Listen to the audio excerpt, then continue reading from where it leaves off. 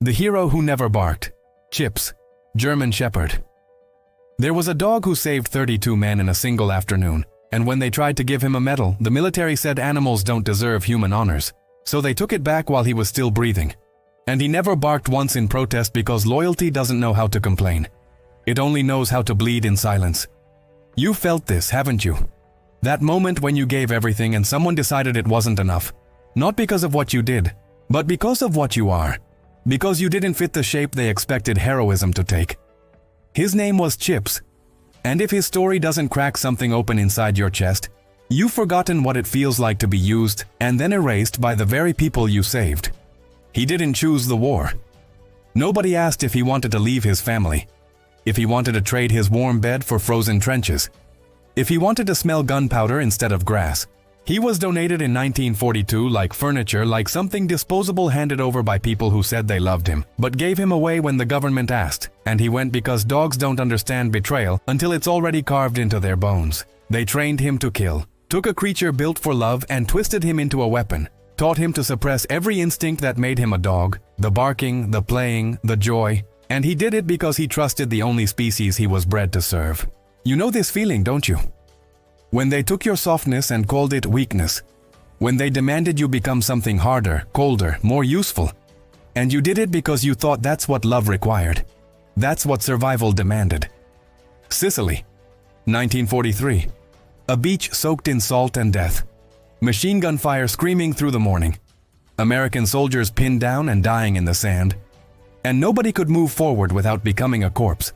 Chips saw his handler trapped, saw the terror in eyes he'd learned to read better than any human language, and he didn't wait for orders or permission or a plan. He ran straight into the machine gun nest alone, no backup, no weapon except teeth and a loyalty so pure it looked like suicide.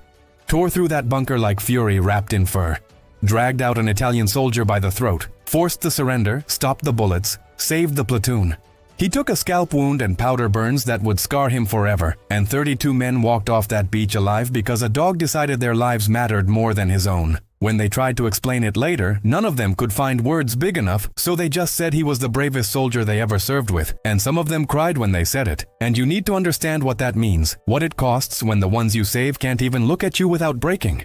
They gave him a silver star and a Purple Heart pinned medals to his collar, while grown men saluted a German Shepherd with tears streaming down their faces, and for one brief moment the military admitted that courage doesn't require a human face, that sacrifice doesn't diminish just because it comes from something we call an animal.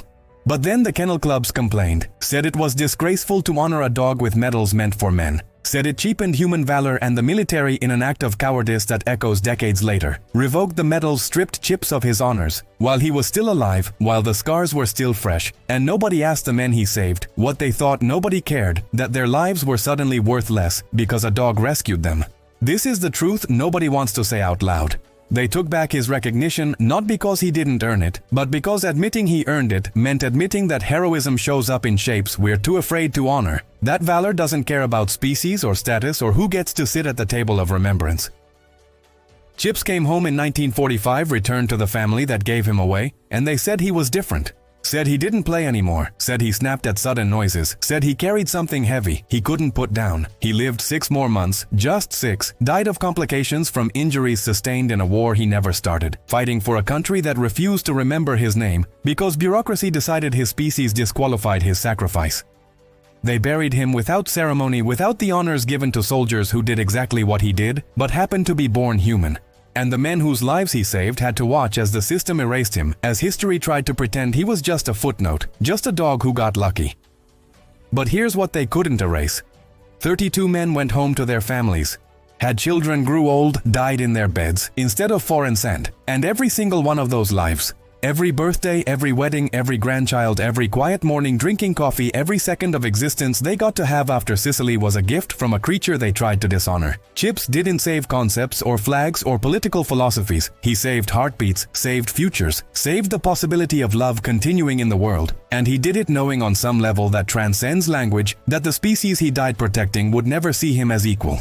The military finally, 73 years after Chips died in 2018, admitted they were wrong, reinstated the ability to honor military animals, but Chips was already gone. His family was gone. Most of the men he saved were gone. And the apology came too late to matter to anyone except history trying to clean its own shame.